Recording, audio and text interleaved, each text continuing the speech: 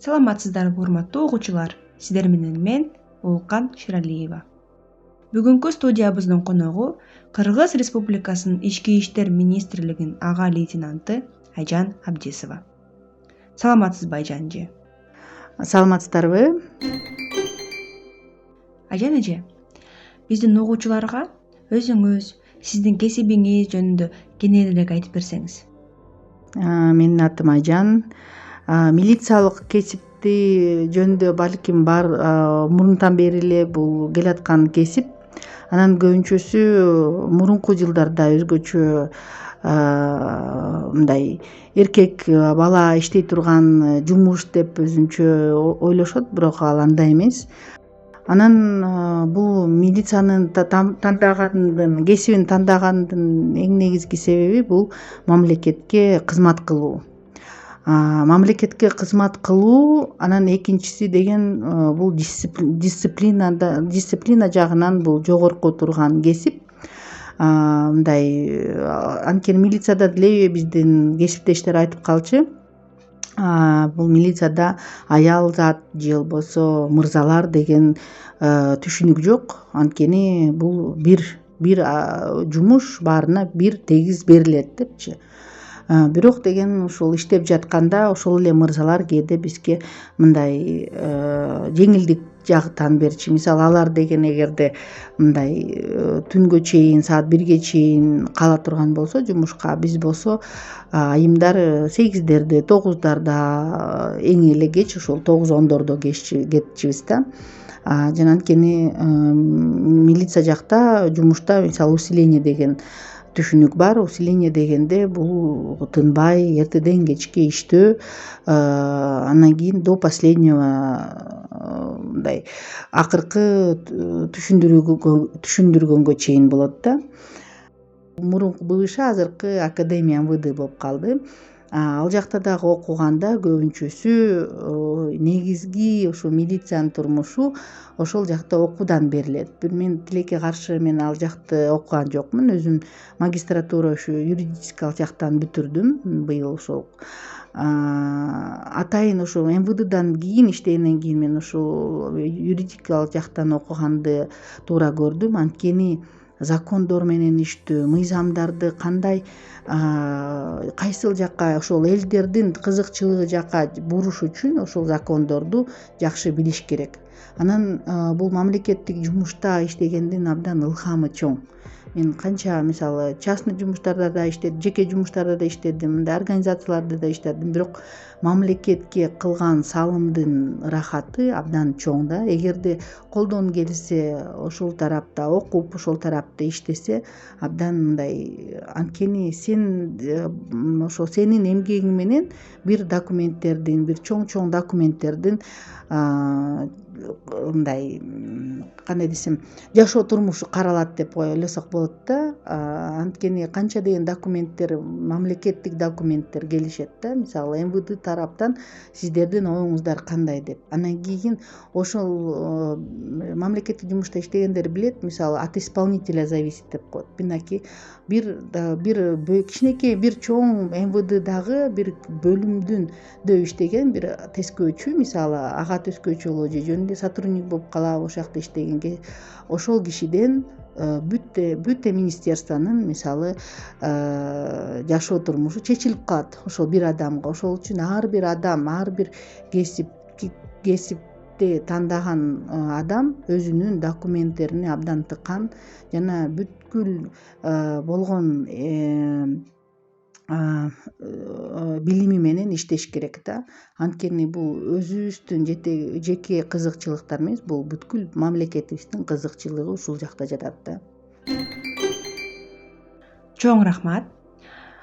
Экинчи суроомо өтсөм, сиздин оюңуз боюнча эмне үчүн мырзалар аялдарга караганда ошол кесиптик тармакта көбүрөөк ийгиликке жетишет? Эмне үчүн аял заттар ушул кесипте экинчи орунга калган деген суроо жакшы суроо экен чындыгында. Эмне үчүн бул аял затты көбүнчө коюшпайт? Анткени бизде менталитет башка. Кыргызстанда менталитет башка. мындай эркек адамды мырзаларды көбүнчө угушат деп айтышат. Аял заттын тилин кабыл алышпайт булар деген ким угат эле деп туруп көбүнчөсү ушул мырзаларды коюшат да. Ошондой чоң жумуштарга, кээ бир жумуштарда мисалы ушул стереотипти бузуп туруп эле аял заттарды коюшса, ошол жыйынтыгы дагы жакшы болмок да. Анан мындай кээде бар, жумушка келгенде бул айымдар, мырзалар деген түшүнүк жок деп коюшат. Бирок кээде мисалы өзүңдүн болгон пикириңди айтсаң, сен аял затсың, сен деген тынч олтур деп койгон дагы кээде учурлар болгон, чанда болгон, бирок болгон да. Мисалы өзүңдүн пикириңди айта турган болсо, мисалы сен эгерде дагы мындай жетекчиң менен сүйлөшкөндө дагы мындай макул деп туруш керексиң да. Эч качан жок деген сөз кабыл алынбайт. Мындай приказ есть приказ, мен жетекчимин, сен мени угуш керексиң деп дисциплинарный устав боюнча дагы кагып коюш мүмкүн да. Ошондуктан бирок аял заттарда кайсыл сапат жакшы бар, бул аял зат эч качан мындай өзүнүн сөзүнө абдан катуу турат. Анан кийин документтерге абдан тыккан, иштей турган. Анан кийин грамматикалык жактан дагы катаны кетирбегендер көбүнчөсү ушул айымдар да. Мен центральный аппаратта иштедим. Ал жакта деген аял киши чындап эле мырзалар деп документтер көп же аз берилбейт. Ал бардыгына бир, мисалы ким кайсыл жакты тейлесе ошол жака карата жумуштар берилет да. Анан кийин аны чындыгында жана контролдук жумуштар бар, кагаздар келет. Көбүнчө кагаз метар менен иштөө, же болбосо санаш керек болот, же болбосо ушул милиция жагынан жакшыртууну, реформалоо жактан ушул жат тарапта иштеп калдым жумушта. Ошол жерде мисалы аял заттын жумушу же мырзалардын жумушу деген түшүнүк такыр жок. Кыргыз Республикасынын Эмгек кодексинин 303 статьясына ылайык аялдарга 446 кесип түрлөрү тыюу салынган. Аялдарга ушундай тыюу салынгандыгы туурабы же туура эмеспи? Өз пикириңиз менен бөлүшүп кетпейсизби? Жана уруксат берилбеген кесиптер боюнча айтканда, мен ойлойм 21-кылымда эч ким мындай уруксат да бере албайт, же болбосо сен иштейсиң деп да айта албайт да. Ошондуктан азыр биз мисалы аял заттар болобу, мырзалар болобу, кайсы жумушта иштейбиз десек иштеш керекпиз. Бул жакта мыйзам тараптан деле мисалы ушул уруксат берилип же болбосо алынган деген нерселер болбош керек да. Анан Кыргызстан биз ушул жактан дагы билип атабыз, азыр көбүнчө жумуштарды кара жумуш болобу, ак жумуш болобу аткаргандар аял заттар. Анткени абдан ажырашуулар көп. Аял заттар мындай балдарын багыш керек. Кайсы жумушта иштейбиз десе, иштейм деп даярданып турган айымдар көп да. Кимдин колундан кандай жумуш келсе, ошол жакта иштеш керек. Бирок албетте мисалы жанагындай 50 килограммдык мешокторду көтөрө турган жумушка айымдар өздөрү деле барбайт.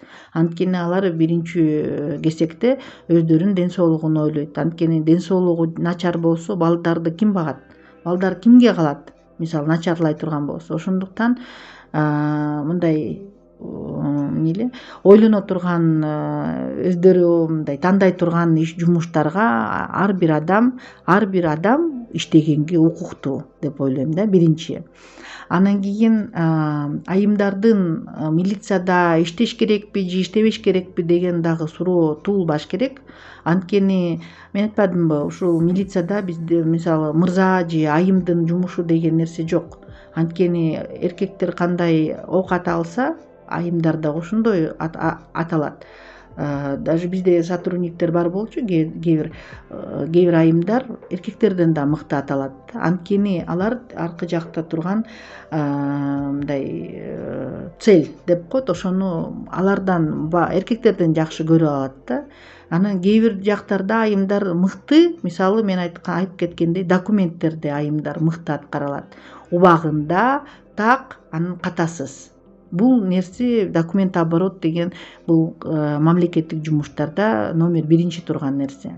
Ошондуктан биздин мамлекетте мындай эми биз бөлүнбөсөк да, бир эркекпиз же мырзабыз, айымдарбыз деп бөлүнбөй туруп, мамлекеттик жумушту бир калпта, бир багытта чогуу бирге алып кетсек. Анткени аялзат билгенди эркектер билбейт, эркектер билгенди аялзаттар билбейт. Ошондуктан бири-бирибизге атаандашпай, тескерисинче бири-бирибизге жөлөк туяк боло тургандай ошол жумушту туура алып кеткендей биздин мамлекетибиз үчүн эмгектенген жаштар көп болсо деп ойлоймун. Анан кийин ошол эле министр ички иштер министринен дагы айымдардан болсо жакшы болот эле деп дагы ойлойм. Анткени кээ бир жактарда айымдар абдан мындай эне катары, мисалы биз кээде балдарга уруксат бербейбиз көп нерсени жасаганга, балким мындай көбүнчө мырзалар түртүп коюшат, күйөөлөрүбүз түртүп коет, муну айтып койчу балдарыңа деп. Аны ошондой кээ бир чечим чыгарган жакта айымдар абдан так турушат да өздөрүнүн чечимдерине. Андан кийин ошол нерселер кээде мамлекеттик жумушта керектүү сапат деп ойлойм. Айжан эже, бүгүн студияга келип кызыктуу талкуу жүргүзүп, суроолорго жооп бергениңиз үчүн чоң рахмат. Сизге, сиздин жумушуңузга ийгилик каалайбыз. Эске сала кетсек, бүгүнкү биздин студияда Кыргыз Республикасынын Ички иштер министрлигинин ага лейтенанты Айжан Абдесова болду. Бул подкаст аялдарга тыюу салынган кесиптерди жокко салуу жана дискриминацияга каршы боюнча маалыматтык кампаниясынын алкагында чыгарылган. Биз менен болгонуңуздар үчүн чоң рахмат. Саламатта болуңуздар.